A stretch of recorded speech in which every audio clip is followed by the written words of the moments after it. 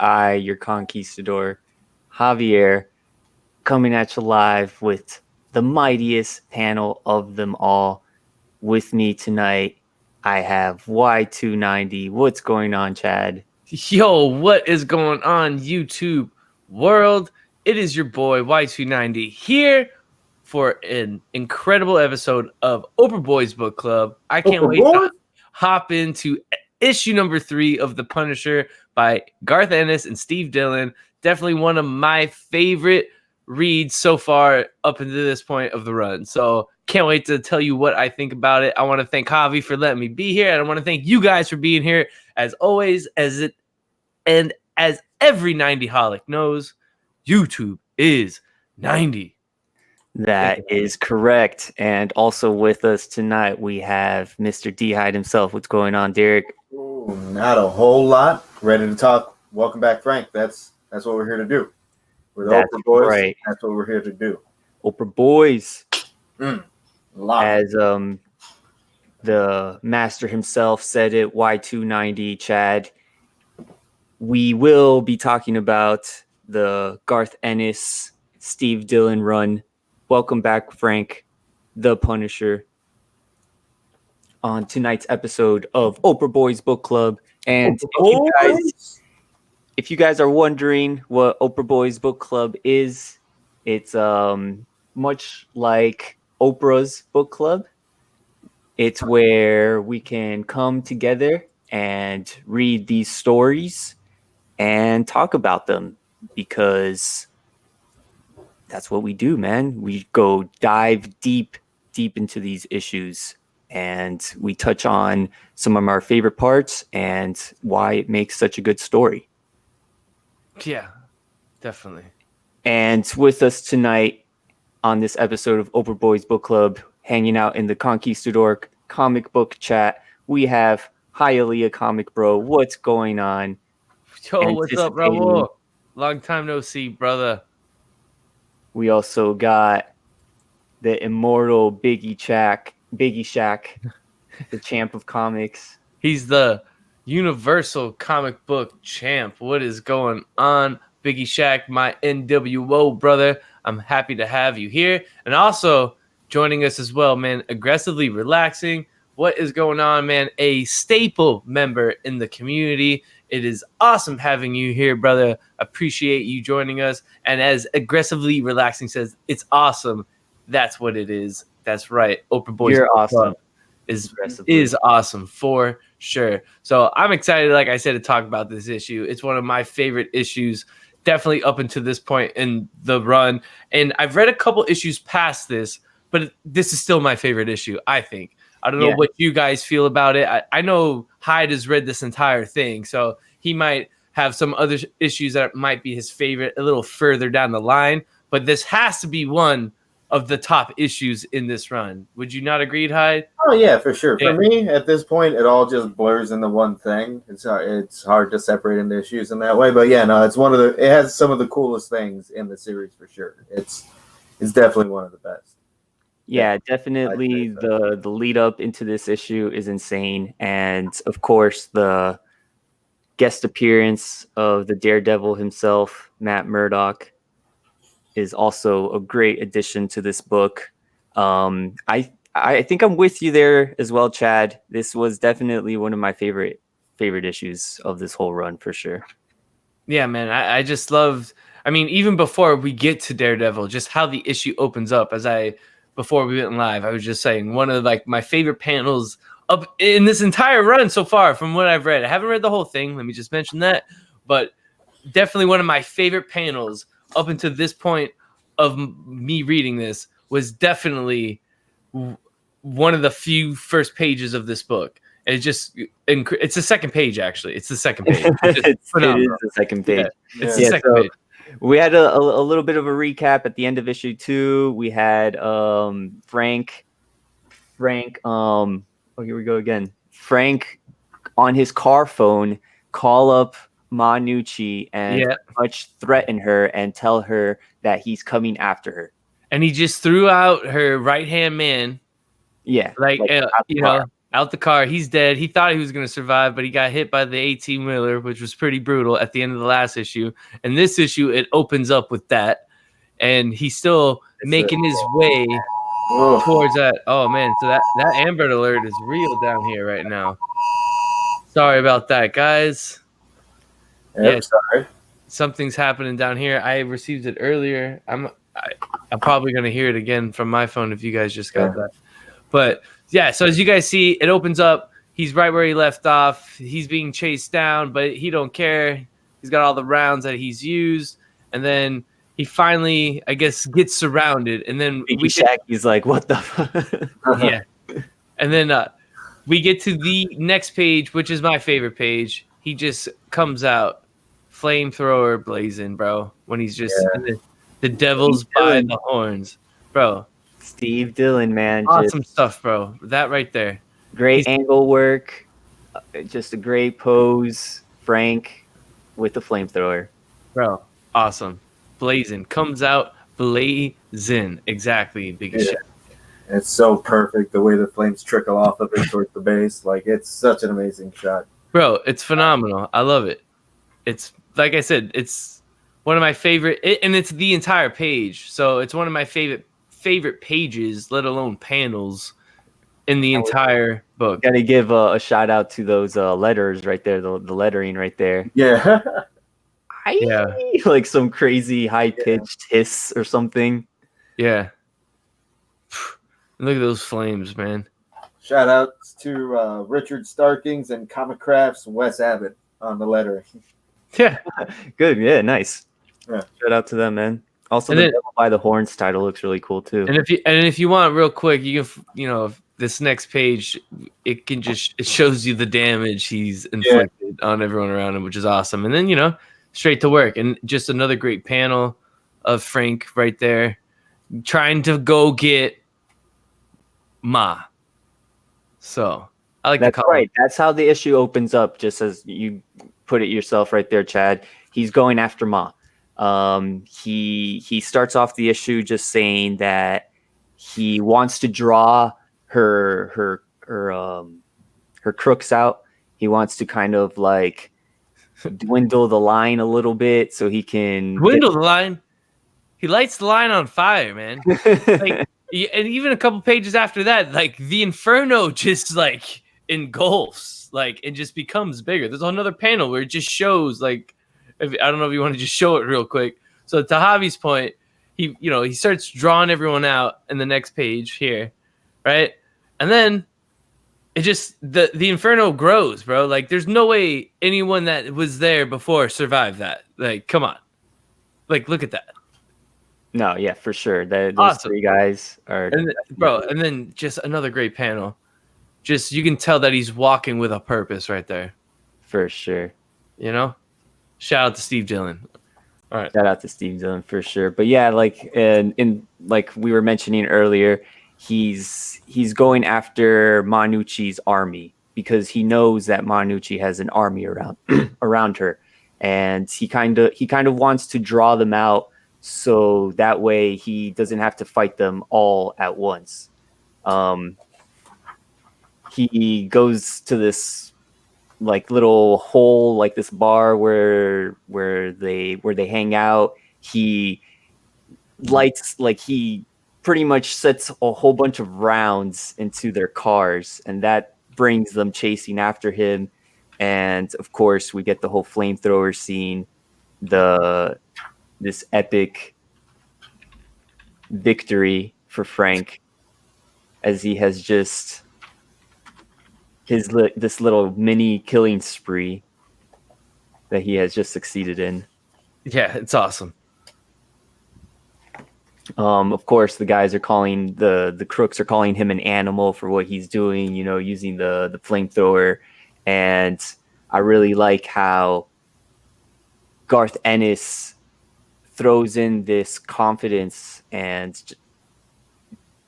like Frank knows what he's doing. Frank knows that he's going after a win, and he knows his enemies so well that he, like, right there, helpful, cooperative, stupid. Yeah, that's my boys. Because they shout out the tank themselves. Right. And he just sets up these little traps that, they fall for, and definitely making the villain seem way less than the Punisher. No, for sure. And then, as we mentioned in the issue before, they brought in Detective Soap, and as I kind of like teased it, and they might have saw, but they got that little panel. Yeah, after Frank's win, we Yeah. get Soap and Bud back at the office trying to figure things out, and with the arm scratched out and little M on it. No, the best part about this is like this guy that he helped brought in, like he's trying to like, I guess, I don't know, he's trying to.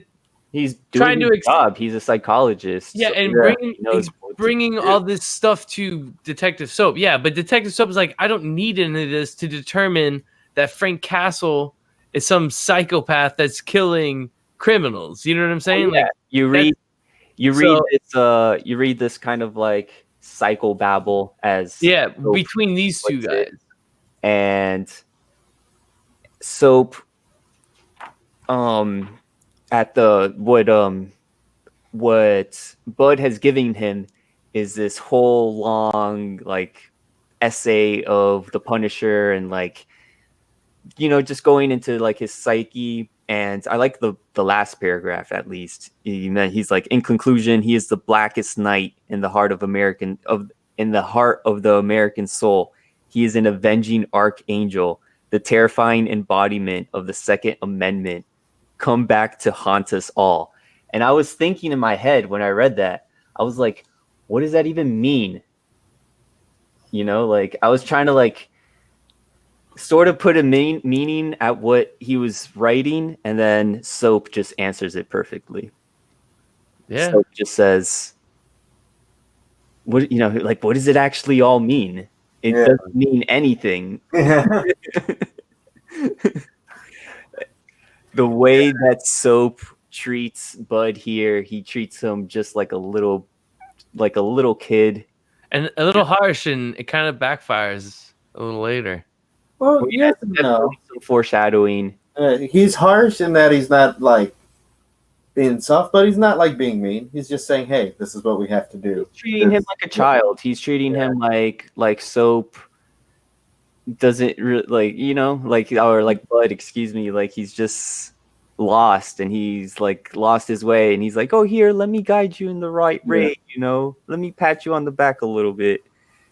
And Steve Dillon's reaction right there on Bud. Yeah. Right there. There it is. Great. It's facial expressions that Steve Dillon captures throughout this entire run. Just money. So, and then we get the line here that Soap calls Soap is talking about the Punisher. He's just he kills the bad guys. He goes after crime. And we get that line where Soap says it's not exactly brain surgery. Yeah. And that's kind of something else that comes back. I really like how he has crossed out the R and typed put in N for Marty. But after that, we get this is where I think it just starts to take that turn you kind of almost been expecting, with like this rising action for sure, with this side plot with this priest, and he's now all of a sudden, I guess, the cleaner or the maid of the church is there, and he's like, "You're here like early, like what? What's going on?" And he kind of like winds up, making up some sort of thing, but he uses her to clean up his mess, because in the previous issue, as we saw, he, acts that thug in that gang, you know what I mean, that came and was like, talking about all the things that he did. So this to me was one of those things you're like, damn, bro, like, Garth Ennis takes this to some dark places, and using the church and everything like that, and it's just cool stuff, and like I said, the priest of this church, uses, this old woman who's like a maid of the church. Like I said, she's there to she's like a cleaning lady that comes like every week at a certain day, and he kind of uses her being naive to kind of help. I guess she says like she thinks it's the wine that they use. A senile old Irish woman. She thinks it's the wine that they use to serve that's like been spilled, and obviously it's the blood of this dead guy. So it's awesome stuff, man. Like just really cool. And then you get a couple more panels of him just talking to her, and then eventually he convinces her to just pretty much clean up his mess. Well, he doesn't need to convince her. She's there for that. Yeah, I know. But it looks like, definitely looks like that the priest, his name is Father Redondo. It definitely looks like Father Redondo has continued killing. I don't know if this is the guy who he killed in the last issue or it's somebody else. It doesn't really touch on that. You don't really need to know. But I like how Garth Ennis is bringing in all the different people in the community in the different boroughs of New York City. And we get this character of that old woman that's just here to clean up. That's just what she does. She's just a cleanup.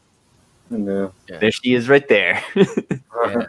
After like their brief conversation, it shows and it's it kind of brings in this comedic dialogue where, of course, she can't hear, or she just believes what she wants to believe, and this Father Redondo uses it to his advantage for sure. Oh yeah, she's definitely like a senile old woman. Definitely. Yeah. Bro, to see it. That's a senile religious old woman. Like she's she's like about she's about that. Yeah, senile, naive, religious. Yeah, likes to help out. Agreed. I love this when Frank's going back home and this guy just has more piercings every time you see him. We get more comedic dialogue in these next 2 pages where Frank is going back home, and we get more of a connection with his neighbors.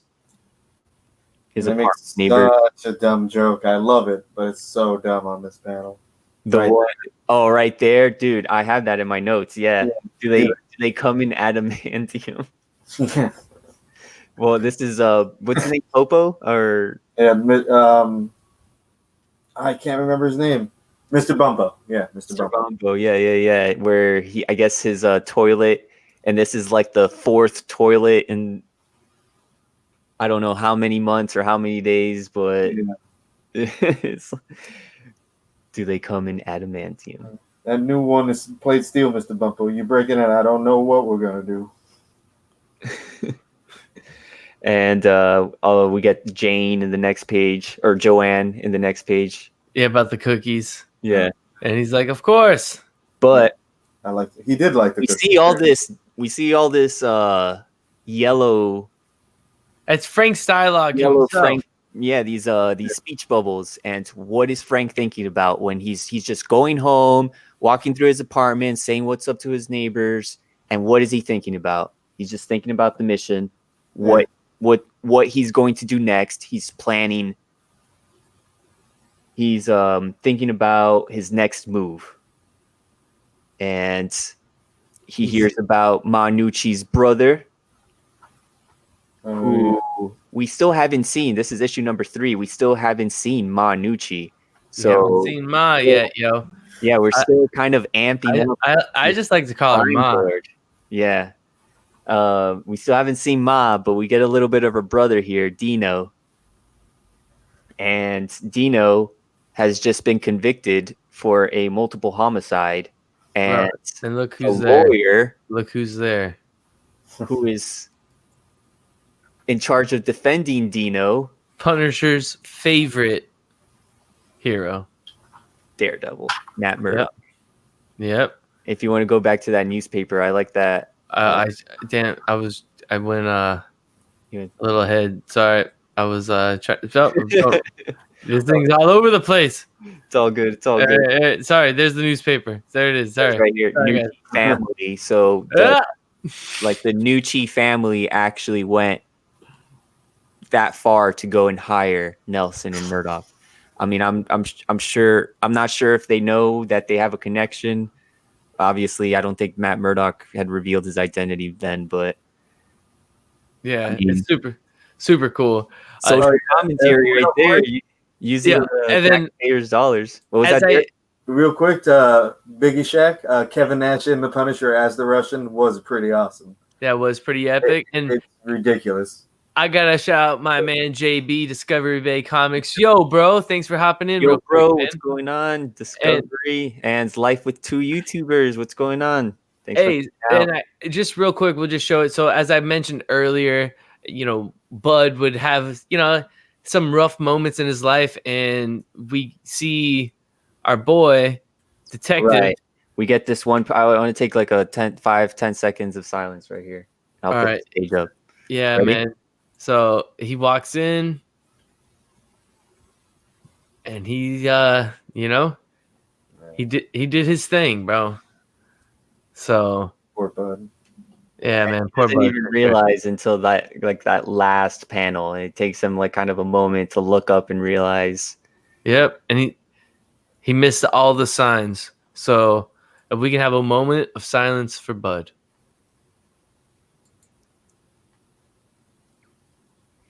All right, thank you guys.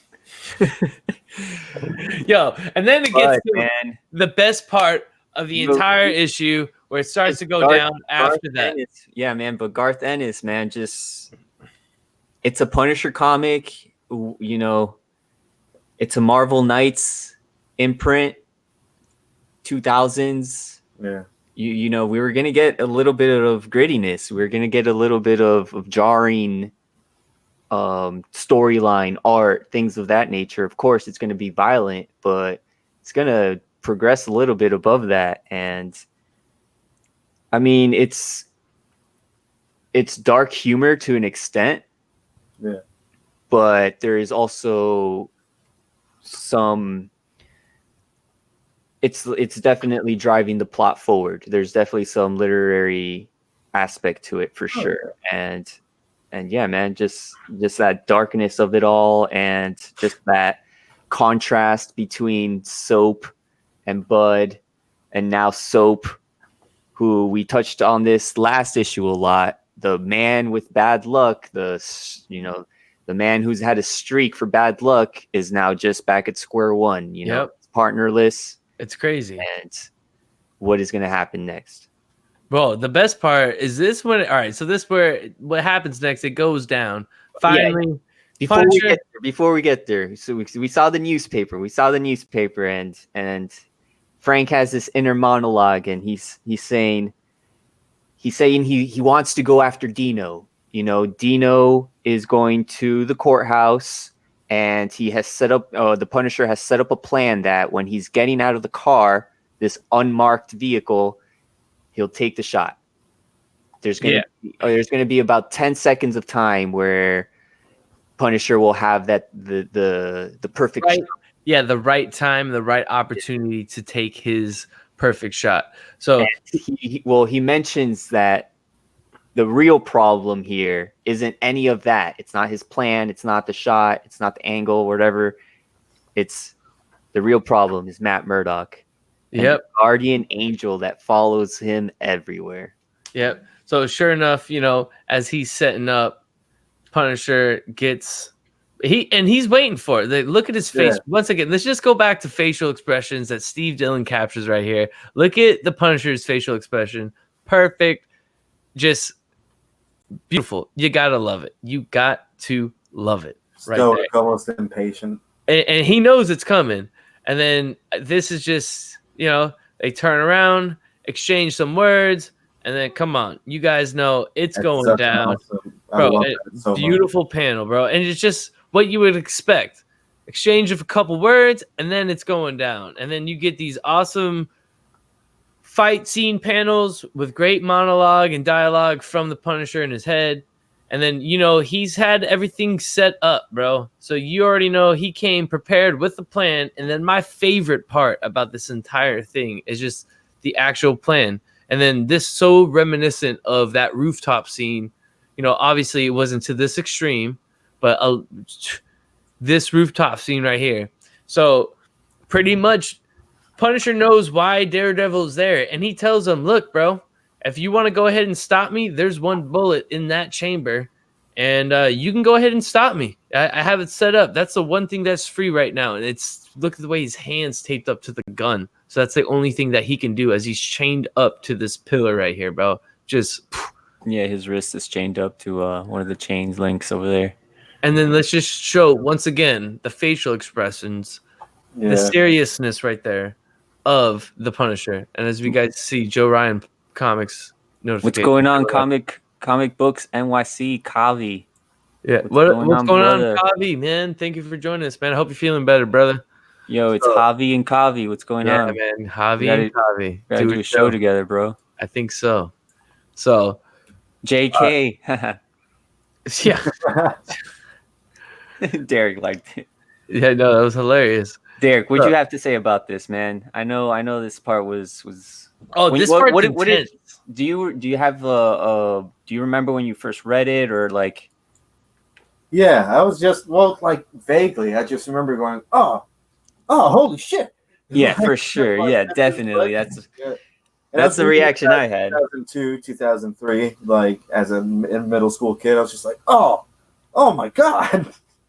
This was like one of the first few comics I picked up and actually read, and yeah, it's crazy. Yeah, bro, this thing is insane, man. Like the intensity of this entire scene, like and you gotta read it. Like it's just we can't say it to you, like because you really have to read it because Garth Ennis just kills it. Like the intensity between these two characters is phenomenal, and once again, like Garth Ennis just killing, this anti-hero type of character in a sense, and then you also have the Daredevil who's like a street, it's he's not really a hero, so I just feel like his ability to write these characters is just phenomenal. He's definitely supposed to be the hero in this book.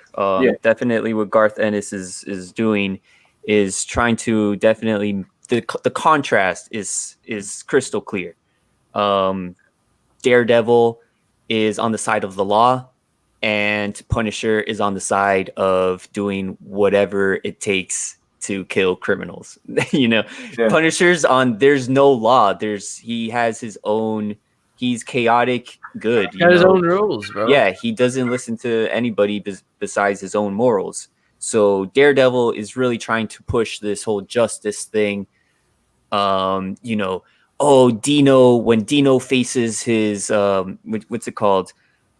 According to the law, Dino Nucci is a monster, but when he falls, it'll be according to the law, not in mockery of it. Not shot down like a street, not shot down in the street like a dog. Yeah. And Daredevil even goes as far as to say, can't you just not kill for once? Yeah. It came out. It was 2000 to 2001. So it was 12 issues. So it started in 2000, I believe, August, and then it ran until October, I think. It might have began in October. I don't know. But man, just Punisher just trying to give, or Daredevil trying to give the Punisher this lesson, this spiel, like you can't do this, you're not supposed to be doing this. If you could just see that you have a choice, you have the choice to not do this, to not kill him. And the Punisher doesn't care. He just says, "Hit me." And he goes, "You have a choice. You can stop me if you want to. You have your ultimatum. If you want to stop me, you can." Like he kind of set that up, but then again, Punisher just so good. Yeah, for sure. We get this like Karate Kid where Daredevil is going after the Punisher. That was it. Oh yeah, I flipped through that. Punisher tells Daredevil, I know all your speeches. I know exactly what you're gonna say. Just cut the shit. Just hit me, man. And that's pretty much Punisher's way. Punisher's way of saying that this is how we're going to settle this. Who's going to come out on top? Yeah. That was before the tie-up. And So we get Sonic blasts. just before. Yeah. I mean, Punisher.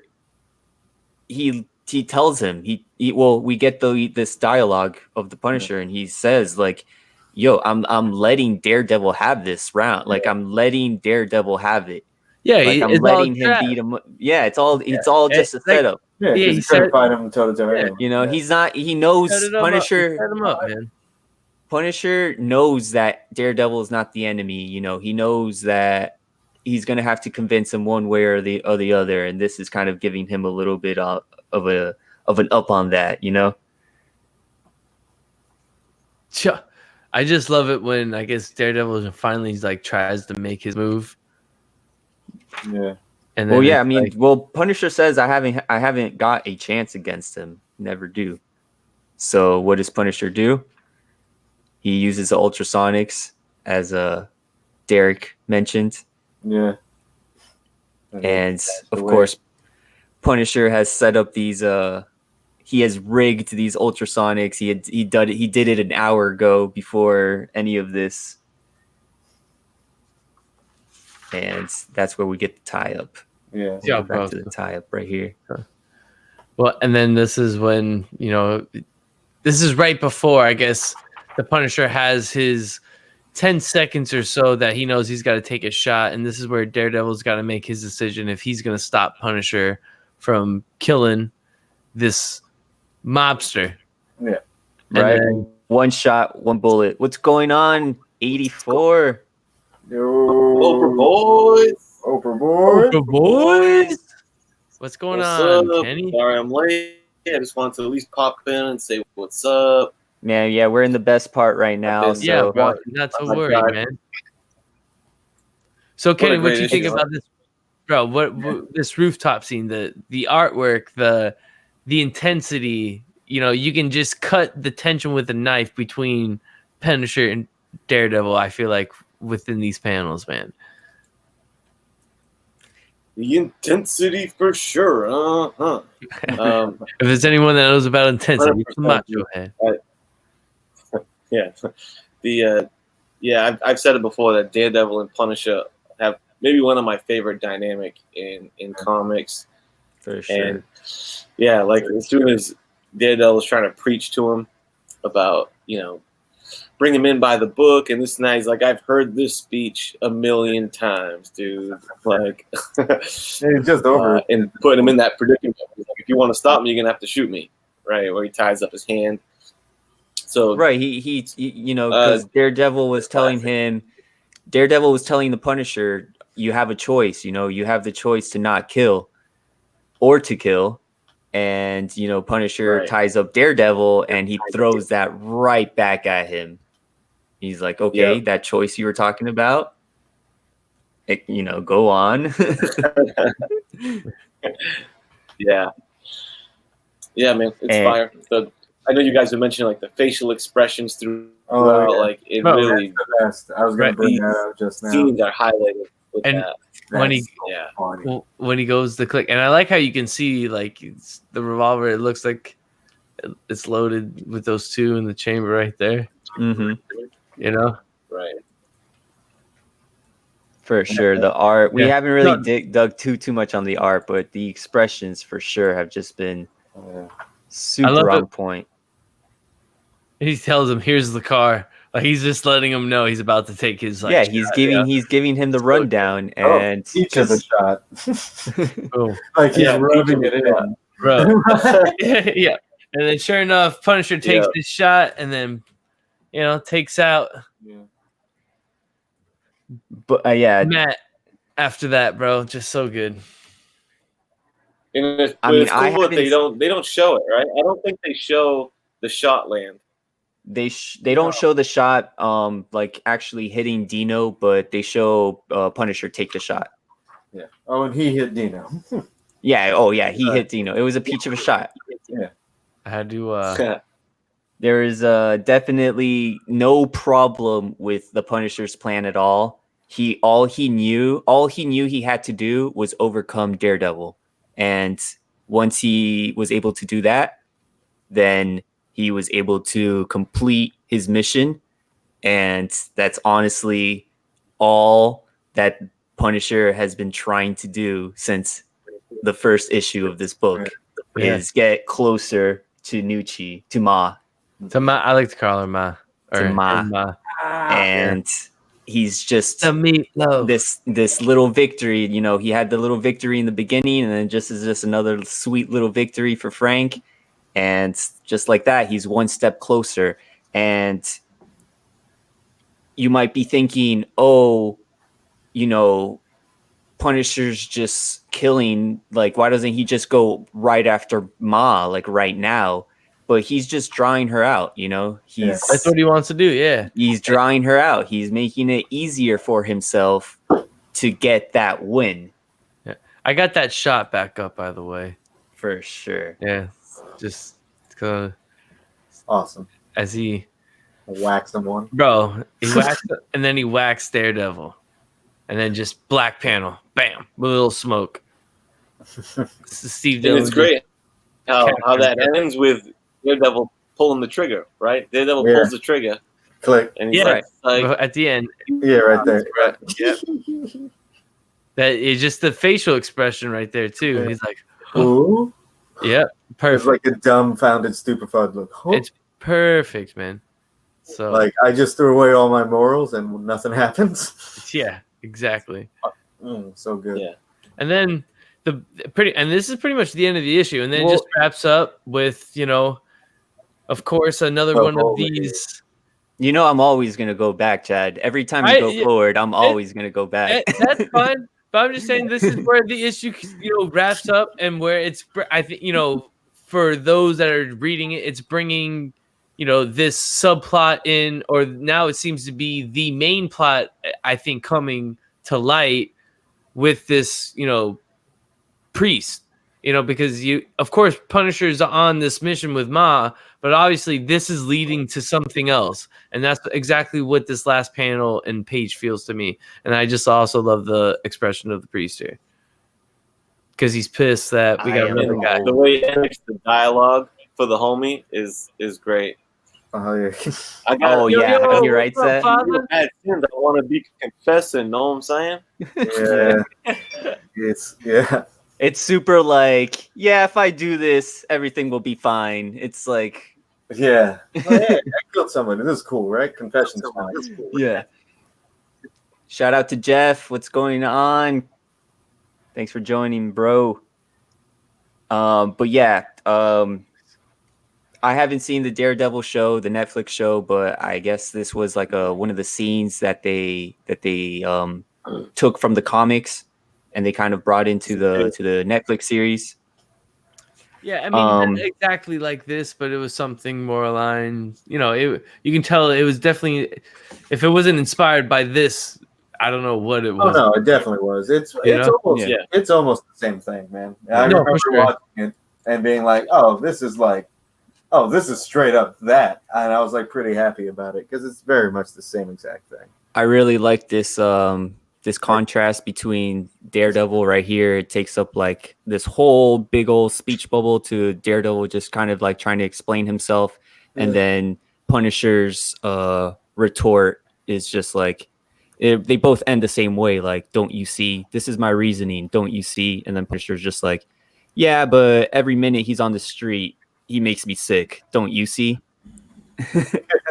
I really like that contrast, and that kind of triggers Daredevil, and that's when he pulls the trigger, and you know, Daredevil just saying, God forgive me, right before he's about to pull the trigger. Like, damn, you know, that's very tough. But the thought of Dino have a character like the Punisher in there, showing that viewpoint of like, just kill these fools, because it is, you know, it can be a bit silly, or maybe not silly, but like, I understand the moral code, and stay fighting the rogues gallery over and over, and people are getting murdered all this time, when it's like, you know, if you just kind of sack up and kill the Joker, you'll be saving lives. Like, The Joker's constantly trying to kill you and everybody, so it's justified. Yeah, I get it. Right. No, that's what Frank says, man. That's what Frank says. He says, you can leave the killing to me. No, that's all he needs to say. And I mean, I'll kind of dig into that a little bit because he's not Punisher's just not saying like, oh, I kill bad guys. This is what I do. I'm so much better than you. I have an ego. I can kill bad guys. Leave the killing to me. He's not just saying that, Of course, that's what he does. He goes after crime. It's almost like he's the Grim Reaper. That's his job. My job is to kill criminals. Leave that to me. And not only that, I can do it. It's like I have to do this. But because he's the one doing it, nobody else has to. That's true too.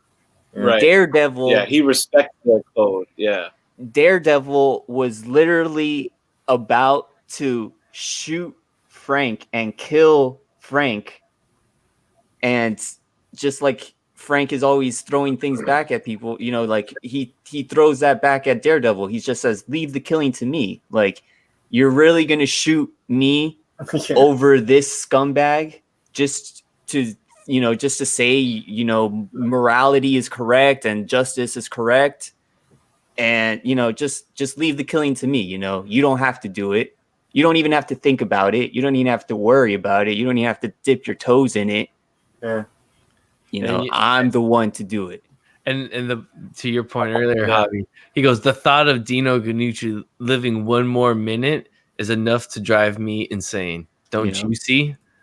We have, if Batman and Punisher are in the same universe, Batman can do what he does because Punisher is doing what he does.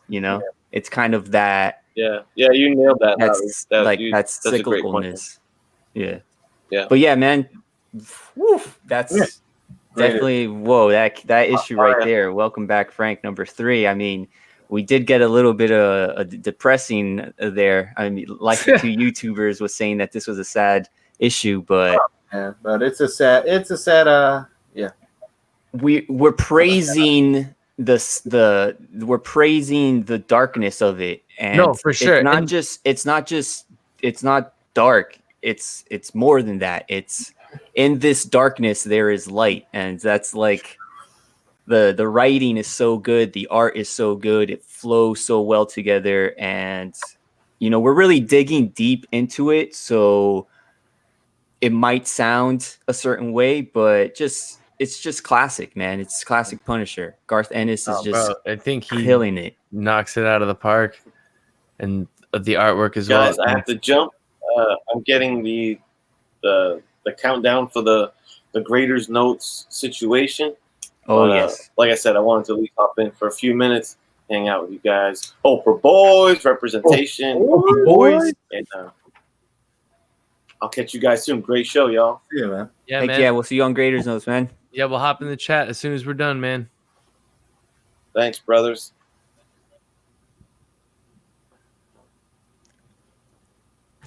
And yeah, man, we get to that last and final page, and go back. Yeah, and it's we get just the kind of conclusion with the priest, and there's the priest is kind of asking for forgiveness, and it comes into play in the later issues, everything that he's saying in this issue, and somebody walks into his cathedral, his church, and he kind of snaps, and to be continued in the next issue. I love that. Welcome back, Frank. It's an incredible facial expression to just end the issue as well. Yeah, it is. It's a good cliffhanger of a panel. Right. We get that little interlude in the middle of the issue, and we get that last page. I believe it was the last page of the first issue that kind of did the same thing, where it's throwing in this subplot of this priest character, and it really does, in the continuing issues, in the later issues, it really does a good job of tying everything together. The priest, this Brother Redondo character with the Punisher, and how Garth Ennis writes both of them in.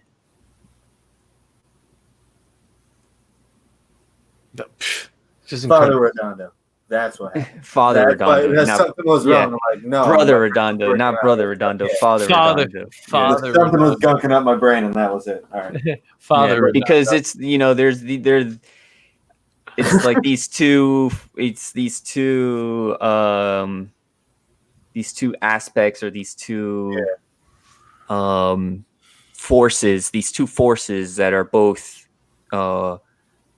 murdering, or killing things. Punisher's doing it in his way, and then the priest is doing it in his way, and then in the continuing issues, Garth Ennis ties that all in together. So Oh, he does. yeah, definitely does.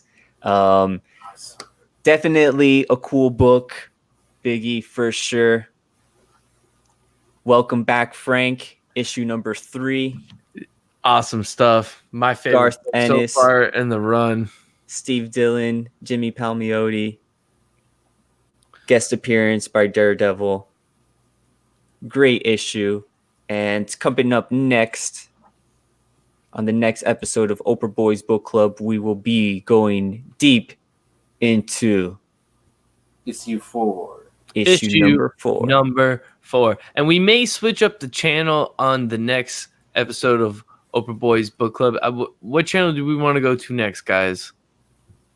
We're going to start rotating the channel for Oprah Boys. So you guys are going to have to be on your toes. Be subbed up to everyone on this, the greatest panel of them all. The mightiest panel of them all. Sorry, Javi. Totally messed that up.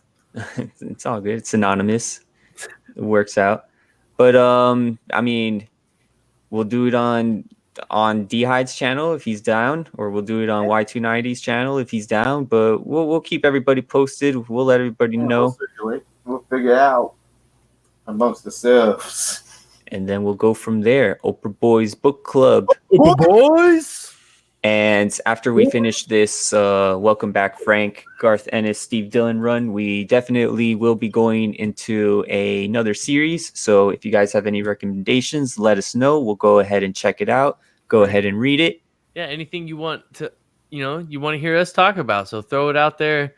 We're looking for completed runs for the Oprah Boys Book Club, so that way we can kind of do what we're doing right now, dive into each issue, and there, obviously there's an end. We don't want to, we do enough on the new comic book day stuff on our 90 MF Comics show, so we're trying to expand. So let us know what you want us to review for you guys.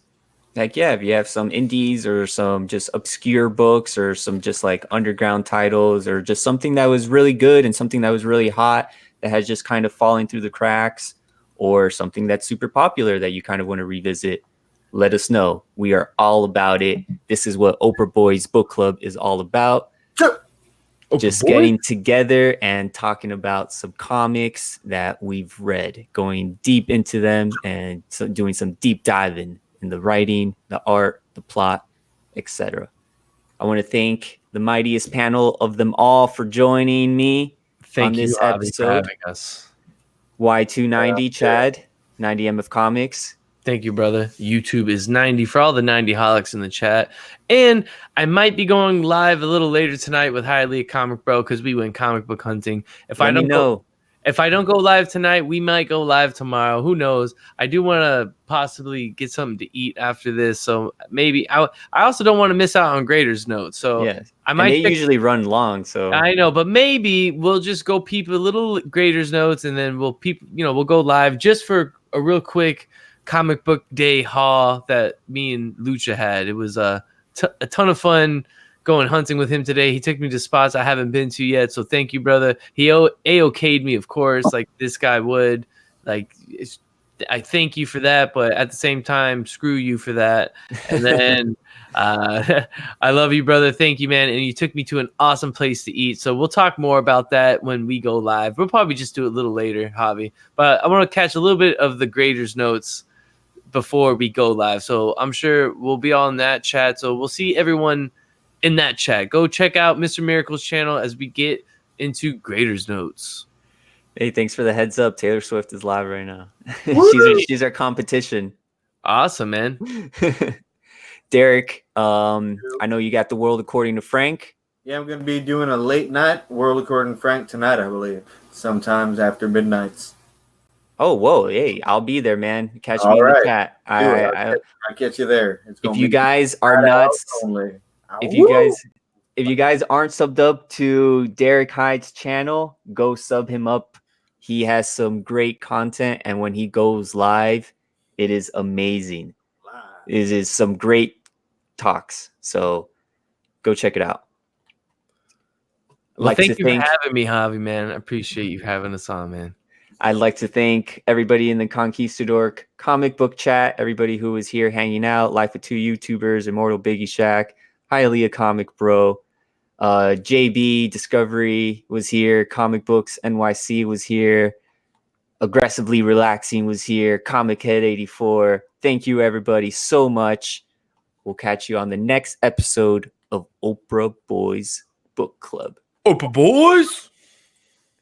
Everybody have a good night. Thanks for hanging out with the Conquistadorks. Peace. Go get your books. YouTube is 90. We'll see you next week. Slab down this Sunday. 90 MF Comics. Peace. Slab down. Peace. Hell yeah.